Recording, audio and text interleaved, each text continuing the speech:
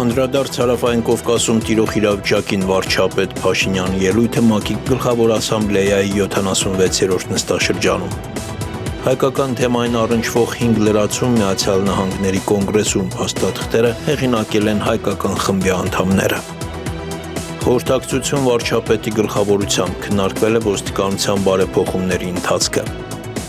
Ինչպիսին են համավարակի հետ կապված ցուցանիշները հանրապետությունում տեղի ունեցել կառավարության հերթական նիստը։ Արտահերթ նիստ ազգային ժողովում խորհրդարանը քննարկել եւ ընդունել է համայնքների խոշորացման օրինագիծը։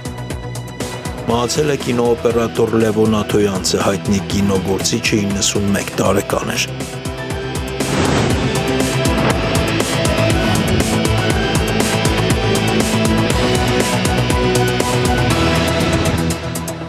Բարի երեկո, դուք դիտում եք Հորիզոնը։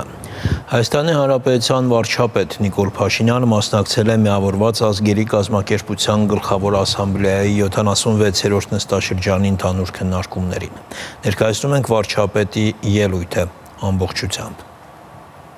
Գլխավոր ասամբլեայի մեծարգո նախագահ Տիկնակ եւ պարոնայք, ուրախ եմ հերթական անգամ ուղերձով հանդես գալ Միավորված ազգերի կազմակերպության Գլխավոր ասամբլեայի նստաշրջանին։ Կցանկանայի նախ շնորհավորել պարոն Աբդուլլա Շահիդին Գլխավոր ասամբլեայի նախագահի պաշտոնում ընտրվելու, ինչպես եւ պարոն Անտոնիո Գուտերեշին ՄԱԿ-ի գլխավոր քարտուղարի պաշտոնում վերընտրվելու առիթով։ Վստահ եմ, ձեր առաջնորդությամբ կաջակցեք հաղթահարել մեր առջև ծառացած ծավալուն մարտահրավերները։ Այսօր իմ ելույթում ցանկանում եմ անդրադառնալ Հարավային Կովկասի տարածաշրջանում տիրող իրավիճակին եւ ներկայացնել գոյություն ունեցող խնդիրների լուծման վերաբերյալ մեր տեսակետները ու առաջարկությունները։ Ինչպես գիտեք, 2020 թվականի աշնանը Լեռնային Ղարաբաղը ենթարկվեց ագրեսիայի։ 44 օր տևած պատերազմը խլեց մի քանի հազար մարդկանց կյանք։ Լեռնային Ղարաբաղի տասնյակ հազարավոր բնակիչներ տեղահանվեցին։ Ագրեսիան ուղեկցվում էր ադրբեջանական զինված ուժերի կողմից միջազգային նորմերի բազմաթիվ կոպիտ խախտումներով, այդ թվում քաղաքացիական բնակչության եւ կենսական ենթակառուցվածքների դիտավորյալ թիրախավորման, ռազմագերիների եւ քաղաքացիական պատանդների արտադատական մահապատիժներով, նրանց նկատմամբ իրականացված խոշտանգումներով եւ բազմաթիվ այլ փաստագրված հանցագործություններով։ Այս գործողությունների հետևանքով Լեռնային Ղարաբաղի այն հատվածներում, որոնք հայտնվել են Ադրբեջանի վերահսկողության ներքո, հայ ժողովուրդը ենթարկվել է ամբողջական էթնիկ զտման։ Ցավոք, միջազգային հանրությունը այս դեպքում եւս չկարողացավ կանխարգելել զանգվածային ոճրագործությունները։ Այսօր որևէ հայ չի ապրում եւ գործնականում չի կարող ապրել Ադրբեջանի վերահսկողության տակ գտնվող տարածքներում։ Ռուսաստանի Դաշնության միջնորդական ջանքերի շնորհիվ հնարավոր եղավ կանգնեցնել արյունահեղությունը։ Նոյեմբերի 9-ին ստորագրվեց հրադադարի վերաբերյալ եռակողմ հայտարարություն։ Լեռնային Ղարաբաղում տեղակայվեցին Ռուսաստանի Դաշնության խաղաղապահ ուժեր, որոնք այսօր հանդիսանում են այնտեղ կայունության եւ անվտանգության ապահովման երաշխիքը։ Հարգելի գործընկերներ, մեկ ամիս առաջ Հայաստանի Հանրապետության ազգային ժողովում հաստատվեց կառավարության 2021-2026 թվականների գործունեության ծրագիրը, որտեղ առանցքային դրույթներից մեկը մեր երկրի եւ տարածաշրջանի համար խաղաղ զարգացման դարաշրջան բացելն է։ Ընդ որում 2021 թվականի հունիսի 20-ին կայացած արտահերթ խորհրդարանական ընտրությունների արդյունքում Հայաստանի ժողովուրդը մեր կառավարությանը մանդատ տվեց այս առանցքային նպատակի ուղղությամբ շարժվելու համար։ Կարևոր է ընդգծել, որ մեր կառավարությունը այդ կարևորագույն մանդատը ստացավ այնպիսի ընտրություններում, որոնք անցկացվեցին երկրում ստեղծված ներքաղաքական ճգնաժամը հաղթահարելու համար։ 2018 թվականին Հայաստանում տեղի ունեցած ոչ բռնի թավշյա ժողովրդական հեղափոխությունից հետո սա մեր երկրում տեղի ունեցած երկրորդ ընտրություններն էին եւ երկու ընտրություններն էլ միջազգային դիտորդների կողմից գնահատվեցին որպես մրցակցային, թափանցիկ եւ ժողովրդավարական չափանիշներին համապատասխանող։ Եվ ուրեմն ինչպես ենք մենք պատրաստվում իրականացնել մեր երկրի ու տարածաշրջանի համար խաղաղ զարգացման դարաշրջան բացելու նպատակ։ Երկխոսության մեր տարածաշրջանում ցավալիորեն արկա թշնամության մթնոլորտը քայլ առ քայլ հաղթահարելու միջոցով։ Մենք գիտակցում ենք, որ ճանապարհը դժվարին եւ երկարատև է լինելու։ Այսօր էլ ցավոք գրեթե ամեն օր տեղի են ունենում իրադարձություններ, որոնց նպատակը խաղաղության օրակարգը դելեգիտիմիզացիայի ենթարկելն է։ Թշնամության մթնոլորտը ոչ միայն խորացնելը, այլև այն առավել համակարգված դարձնելը։ Հրադադարի խախտումները, Հայաստանի եւ հայ ժողովրդի դեմ արվող ագրեսիվ եւ վիրավորական հայտարարությունները շարունակաբար լարում են մթնոլորտը։ Խաղաղության օրակարգի դեմ ուղղված գործելակերպ է այն, որ ի հեճուկս նոյեմբերի 9-ի հայտարարության 8-րդ կետի Ադրբեջանը ոչ միայն մինչև օրս գերության մեջ է պահում Հայաստանի Հանրապետության մի քանի տասնյակ քաղաքացիների, այլև նրանցից շատերին շինծու մեղադրանքներով դատապարտել է 6-ից մինչև 20 տարի ազատազրկման։ Բացի սա կան քաղաքացիներ, որոնց գերեվարված լինելու փաստը Ադրբեջանը մինչև օրս չի հաստատում, չնայած նրանց գերության մեջ լինելու մասին կան հստակ ապացույցներ։ Սա առավել անընդունելի է դառնում այն ֆոնին, որ 2020 թվականի աշնանը ադրբեջանցի օգտատերերը հրապարակել են կոնկրետ հայ զինվորների գերեվարվելու տեսանյութեր, իսկ ավելի ուշ հայտնաբերվել են այդ զինվորների գլխատված կամ գնդակահարված մարմինները։ Մեր գերիների խոշտանգումների ենթարկելու մասին անհերքելի ապացույցներ ունեն։ Թշնամության մթնոլորտի խորացման աղաղակող օրինակ է Բաքվում բացված այսպես կոչված ավարների պուրակը, որտեղ ադրբեջանցի դպրոցականներին էքսկուրսիաների են տանում դիտելու գերեվարված, սպանված կամ առնակամ լինող հայ զինվորների մանեկենները։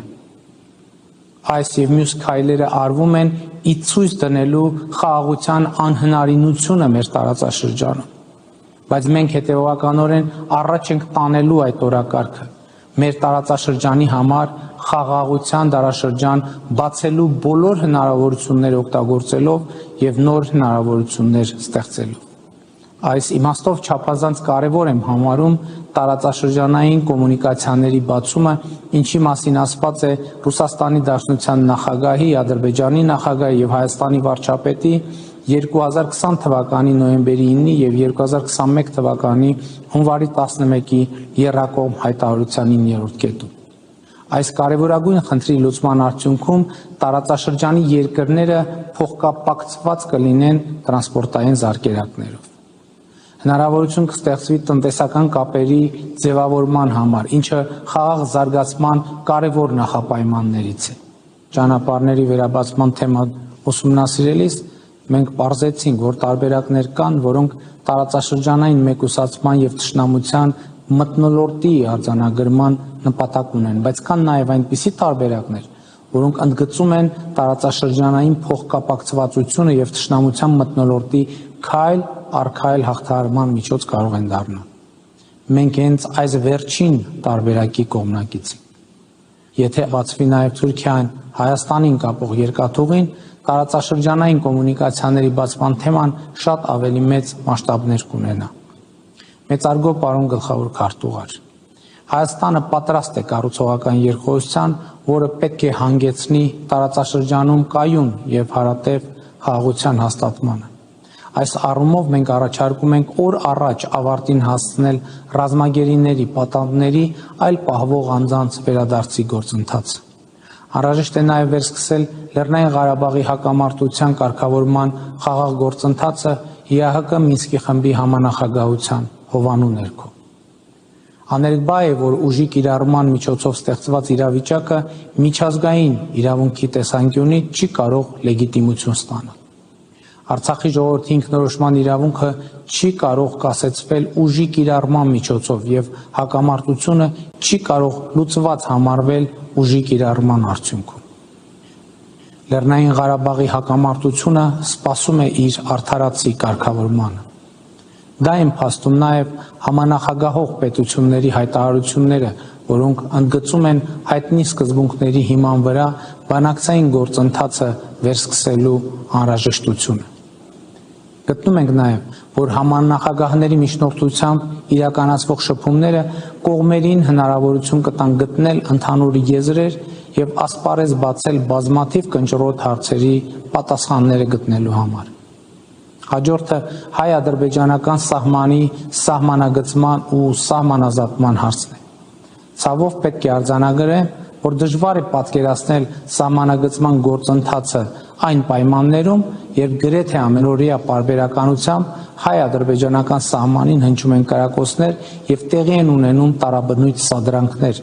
այն պայմաններում, երբ Ադրբեջանի զինված ուժերի ստորաբաժանումները սույն թվականի մայիսի 12-ին Սոտ խոզնավար հատվածում ներխուժել են Հայաստանի Հանրապետության ինքնիշխան տարածք։ Այս իրավիճակից դուրս գալու համար մենք առաջարկել ենք հետևյալ գործողությունները։ Նշված հատվածում թե Հայաստանի, թե Ադրբեջանի զինված ուժերը հայելային ետ են քաշվում խորհրդային ժամանակներից ժառանգած սահմանագծից, այդ սահմանագծի երկայնքով տեղակայվում են միջազգային դիտորդներ եւ միջազգային հովանու ներքո մեկնարկում ենք սահմանագծման եւ սահմանազատման աշխատանքները։ Մենք այս առաջարկը պատրաստ ենք կյանքի կոչել ցանկացած պահի։ Հարգելի գործընկերներ, ես իմ ելույթում անդրադարձա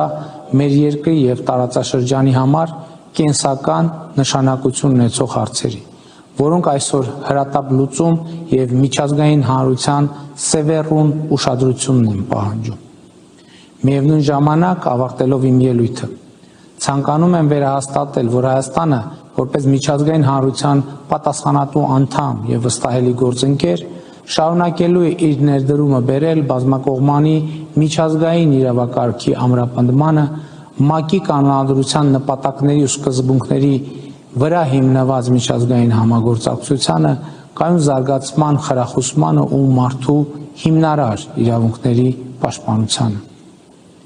Մենք հավատարիմ ենք կառուցողական եւ ներառական երկխոսությանը մեր բոլոր գործընկերների հետ։ Հայաստանը պատրաստակամ է ամենայն ջանք գործադրել նպաստելու արդի գլոբալ այնպիսի մարտահրավերների հաղթահարմանը, ինչպիսիք են կլիմայի փոփոխությունը, COVID-19-ի համավարակը, միջազգային խաղաղության եւ անվտանգության կայուն զարգացման խնդիրները։ Այսքանով թույլ տվեք ավարտել իմ ելույթը եւ հաջողություն մաղթել ՄԱԿ-ի գլխավոր ասամբլեայի 76-րդ նստաշրջանի աշխատանքներին։ Շնորհակալություն ուշադրության համար։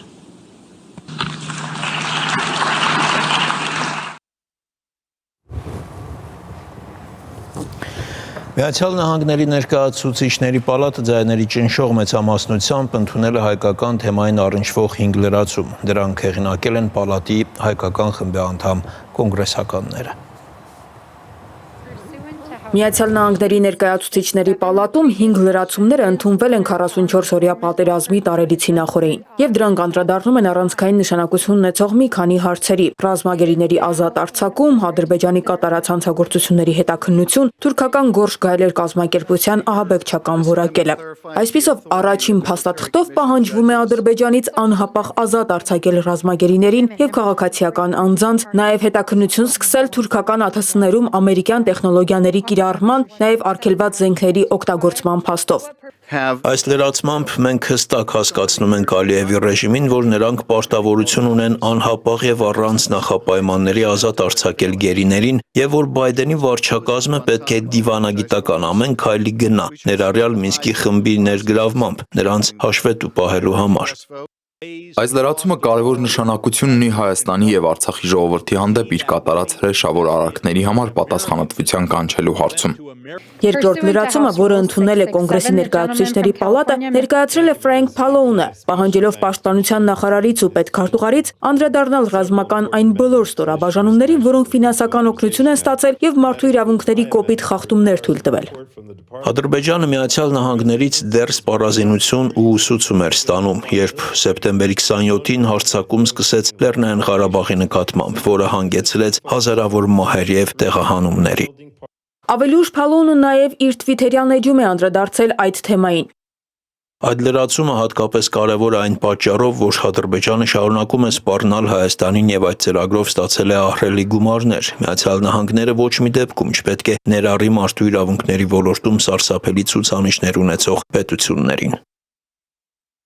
Կոնգրեսական Բրեդ Շերմանը մեկ այլ կոնգրեսական Դեյվիդ Վալադաոյի հետ հեղինակել է նաև մեկ այլ լրացում։ Դրանով պահանջվում է հաշվետվություն ներկայացնել Արցախում իրականացված մարդասիրական ծրագրերի վերաբերյալ եւ ընդարձակել այդ հարցում ապագայի պլանները։ Շերմանը Արցախին տրվող մարդասիրական օգնությունների հարցերով զբաղվում է դեռ 1997 թվականից եւ շատ նախաձեռնությունների եւ օրենսդրական բազմաթիվ նախաձեռնությունների հեղինակ է։ Ընդունված 4-րդ եւ 5-րդ լրացումները հեղինակել են կոնգրեսականներ Դինա Տիտուսը եւ Ջիմ Մակգովերնը։ Դրանցից առաջինով պահանջվում է գորշ գայլեր թուրքական կազմակերպության, Միացյալ Նահանգների եւ նրա դաշնակիցների դեմ գործունեության հաշվետվություն ներկայացնել, նաեւ դիտարկել այն ահաբեկչական ճանաչելու չափանիշները։ Մակգովերնը առաջարկել է փոփոխություններ անել Մագնիտսկու ակտում, որը թույլ կտա պատժամիջոցներ կիրառել մարդու իրավունքների լուրջ խախտումներ իրականացրած կամ կոռումպացված անձանց հանդեպ։ Քրիստիան Լագուլյան, Հորիզոն։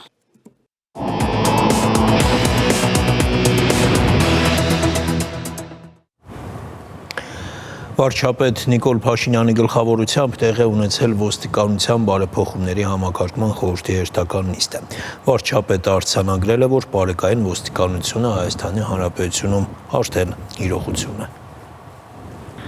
Բարև ձեզ հարգելի գործընկերներ, ուրախ եմ ձեզ տեսնելու համար։ Այսօր տեղի ունենում ոստիկանության բարեփոխումների համակարգող խորհրդի նիստ եւ ես կարող եմ ուրախությամբ արձանագրել, որ խորհրդի գործունեությունը որոշակի հանգրվանի է հասել այն իմաստով, որ բարեկային ոստիկանությունը Հայաստանի Հանրապետությունում արդեն իսկ իրողություն է, որը էական փոփոխություն է մեր հանրապետության կյանքում եւ մենք տեսնում ենք, որ այդ process-ը նաեւ ինչպես պայմանավորվել ենք, առանց ընդհատման շարունակվում է եւ ներկայումս ընթանում է բարեկային ոստիկանության ներդրման process-ը Շիրակի եւ Լոռու մարզերում։ Իհարկե այս ընթացքում նաեւ ի հայտ են եկել որոշ խնդիրներ, որոնք պետք է քննարկվեն եւ որպեսզի գործընթացը ավելի արդյունավետ լինի եւ բարեկային ոստիկանության աշխատանքները ավելի արդյունավետ լինեն,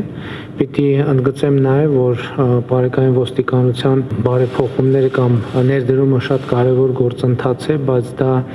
ոստիկանության բարեփոխումների միակ բաղադրիչը չէ եւ մենք մտադիր ենք ամբողջապես իրականացնել այս գործընթացը,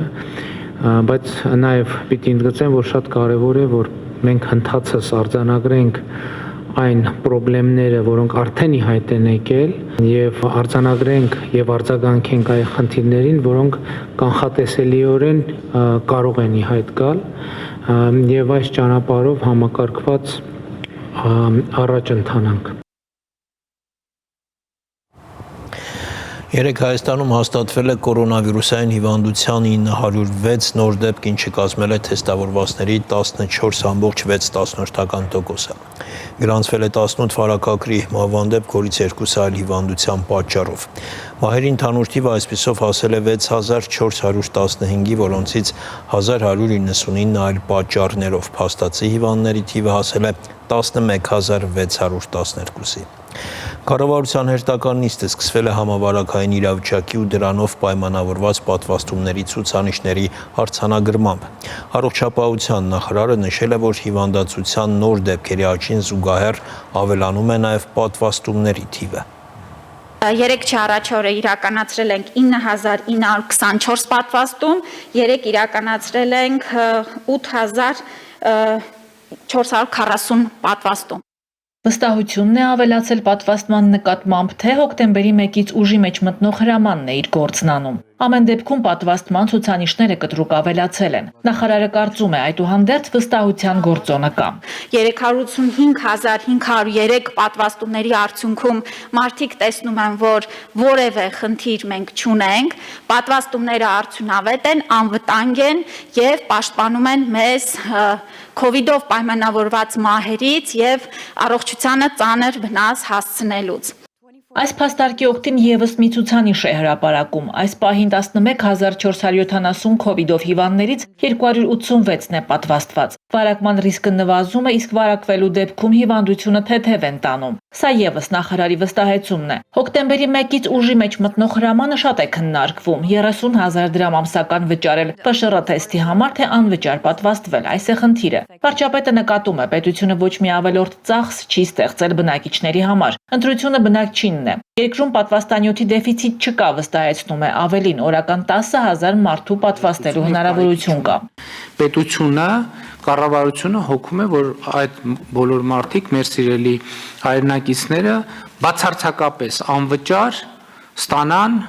պատվաստում։ Օրակարգային զեկուցվող հարցերից մեկը ներկայացնում է տարածքային կառավարման եւ ենթակառուցվածքների նախարարի տեղակալ Վաչե Տերտերյանը։ Հյուսիս-հարավ ճանապարհաշինության 4-րդ ծրագրով հաստատվեց Սիսիան-Քաջարյան ճանապարհահատվածի ներդրումային 487 միլիարդ դրամ արժեքով ծրագիրը։ 100 կմ/ժ հաշվարկային արագությամբ շուրջ 60 կմ ընդհանուր երկարությամբ նոր ճանապարհահատվածը, 407 կմ ընդհանուր երկարությամբ կլինեն կամուրջներ, դրանք բազմաթիվ են, ռելիեֆը հաշվի առնելով, եւ 12.5 կմ ընդհանուր երկարությամբ թունելներ, որից մեկը սա երևի պիտի հատկապես շեշտադրել 8-6 կիլոմետրանոց Բարգուշատի թունելն է, որը եզակի կառույց է ոչ միայն մեր համար կամ մեր երկրի մասշտաբներով, այլ միգուցե նաեւ ընդհանուր առմամբ։ Արդեն մրցույթային փաթեթներն ենք պատրաստելու եւ հայտարարելու ենք միջազգային մրցույթ։ Եվ որից հետո հույս ունենք, որ 2022 թվականի ավարտին արդեն ինչպես ասում են, արդեն շինարարության նախնական փուլը, տեխնիկայի մոբիլիզացիա եւ այլն արդեն կմեկնարկի։ Տարածաշրջանային բոլոր տնտեսական կոմունիկացիաների բացման համատեքստում այս ծրագիրը բոլորովին ուրիշ մասշտաբ եւ նշանակություն է ստանում։ Մյուս օրակարգային հարցով կառավարությունը պարզեցնում է եկամտահարկի վերադարձի մեխանիզմը հիպոթեկային վարկառուների համար։ Ժամկետները կգրջատվեն, դիմումները կներկայացվեն էլեկտրոնային տարբերակով։ Առաջին անգամ դիմելու դեպքում կրկին նույն գործընթացն է լինելու, նույն փաստաթղթերն են ներկայացվելու, մեկ տարբերությամբ 15 օրվա ընթացքում դիմողին տրամադրվելու է համապատասխան օգտանուն եւ գաղտնաբար login password, որի միջոցով ինքը արդեն անձնական գրասենյակ է ունենալու եւ ամեն արդեն երամսյակի արդյունքներով այդ անձնական գրասենյակում ինքնաշխատ եղանակով երկու տվյալ է գեներացվելու։ Առաջինը արքա համակարգի միջոցով վարկի վճարված տոկոսների վերաբերյալ, երկրորդը վճարված եկամտային հարկի վերաբերյալ եւ ինքնաշխատ եղանակով նաև դիմում է գեներացվելու եւ դիմումը ներկայացվելու է հարկային մարմին բացառապես էլեկտրոնային եղանակով եւ գործող 15 օրվա փոխարեն աշխատանքային 3 աշխատանքային օրվա ընթացքում եկամտային հարկը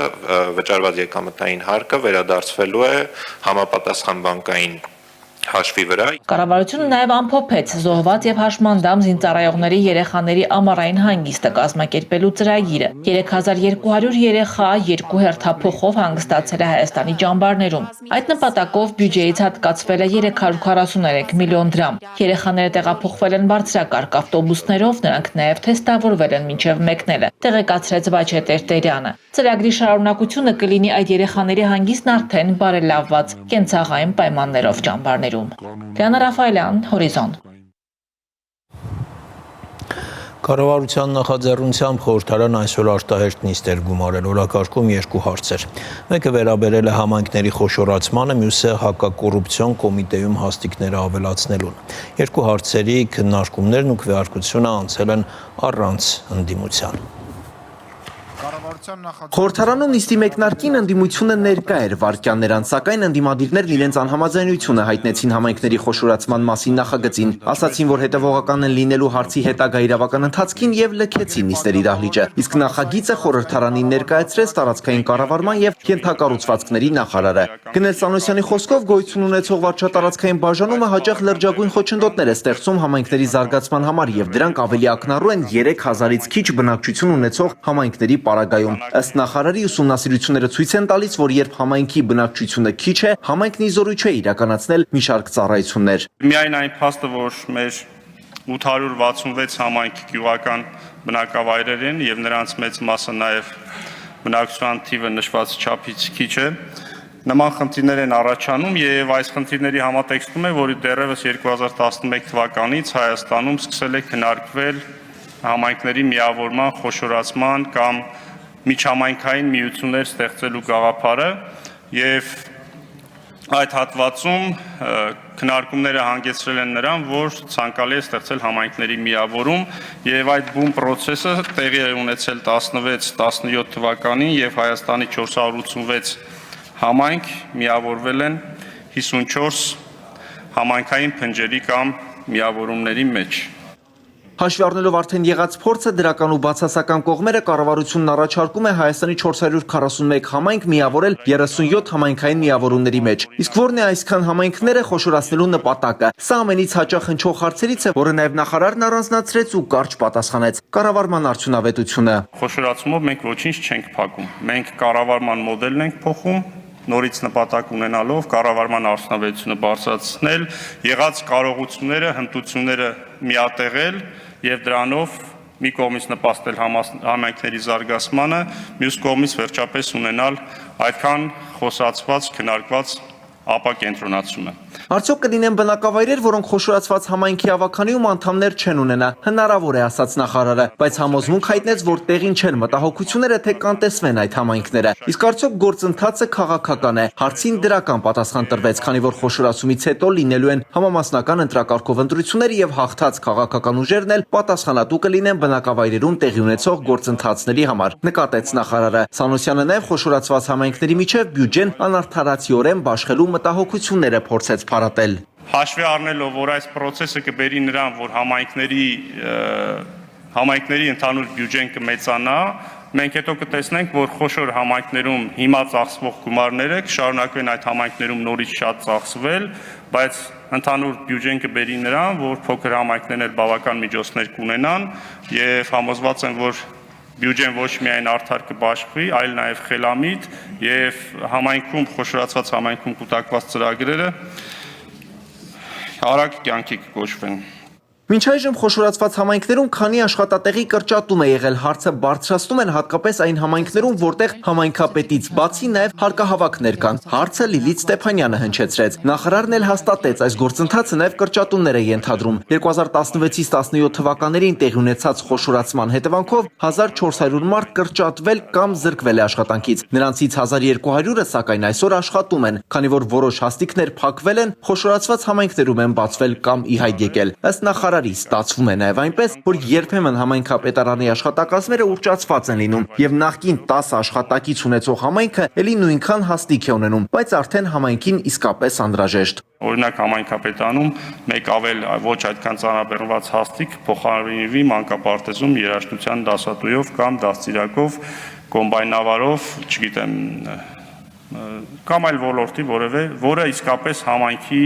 շահից ու կարիքներից է բխում եւ ուզում եմ ասել, որ մենք խոշորացված համայնքներ ունենք, որոնց միավորման արդյունքում հաստիկների քանակն ավելացել է, ոչ թե կրճատվել։ Այսինքն այս process-ը այնպես չի, որ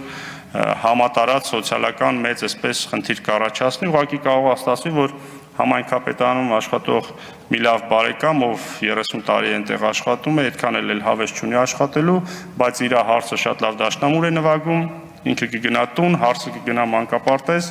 երեխաները նվագել կսովորեն։ Իշխող խմբակցության անդամները ողջունեցին գործադիրի այս նախաձեռնությունը։ Համայնքների խոշորացումը կարևորվեց թե քաղաքական, թե տնտեսական եւ թե սոցիալական տեսանկյունից։ Տարիներ շարունակ լինելով անկուսակցական համայնքի ղեկավարներ, որը պատասխանատվություն չկրելով կարողանում էին ընդամենը ազգ բարեկամի միջոցով կառավարել այդ համայնքը եւ որևէ կերպ հնարավոր չէր լինում փոփոխություն բերել համայնքի կառավարման ընթացքի մեջ։ Եվ այս համամասնական ընտրակարգը այլևս թույլ չի տալու որևէ մեկին պատասխանատվությունից խուսափել։ Մենք տարիներ շարունակ լսել եւ խոսել ենք տարածքային համաչափ զարգացման մասին եւ այդ գաղափարները ներառվել են կառավարությունների ծրագրերում, ռազմավարություններ են մշակվել, սակայն կարծում եմ, որ տարածքային համաչափ զարգացումը միայն կառավարության իրականացված ծրագրերով արդյունավետ չէ եւ այս ռեֆորմը եւս նպաստելու է տարածքային համաչափ զարգացմանը։ Նախագիծն ի վերջո դրվեց քվեարկության եւ ընդունվեց առաջին ընթերցմամբ։ Օրենսդիրը նաև հավանություն տվեց հակակոռուպցիոն կոմիտեում հաստիքներ ավելացնելու մասին նախագծին։ Վերջինիս դեպքում քննարկում առանձնապես չծավալվեց։ Վահագն Ակոբյան, Հորիզոն։ Ավելի ուշ նախագծերը քննարկվել եւ ընդունվել են նաեւ երկրորդ ընթերցմամբ եւ ամբողջությամբ։ Կյանքից հեռացել է Հայաստանի կինեմատոգրաֆիստների միության անդամ կինոօպերատոր Լևոն Աթոյանցը։ Նա ծնվել էր 1930 թվականի սեպտեմբերի 9-ին Թբիլիսիում։ 1955-ին տեղափոխվել Հայաստան։ 1956 թվականից աշխատել է Հայ ֆիլմ կինոստուդիայում։ Որպես կինոօպերատոր նկարահանել է ավելի քան 30 ֆիլմ։ 2012 թվականին արժանացել է Հայակ հայկական ամենամյա առաջին կինոմրցանակաբաշխության հատուկ մրցանակի հայկական կինոյում ներդրած վաստակի համար։ Պարգևատրվել է Երևանի քաղաքապետի ոսկե մեդալով։ Լևոն Աթոյանցի մահվան կապակցությամբ ցավակցական ուղերձ է հղել վարչապետ Նիկոլ Փաշինյանը։ Եվ ծանոթացեք եղանակի տեսությանը, ես ձեզ հրաժեշտ եմ տալիս, բարի գիշեր։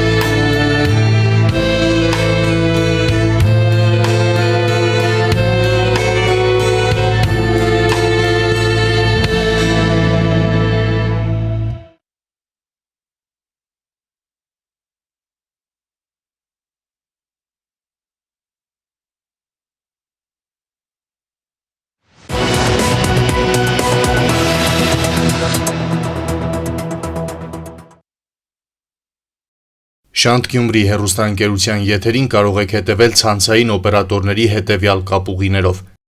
Ռոստելեկոմ 905-րդ ալիքով, Դելտա Տելեկոմ 48-րդ ալիքով, Տելեմաքս 2-րդ կամ 3-րդ ալիքներով, Օպտիկոմ 905-րդ ալիքով, Արփինետ 18-րդ ալիքով, Շիրակ Տելեկոմ 2-րդ ալիքով։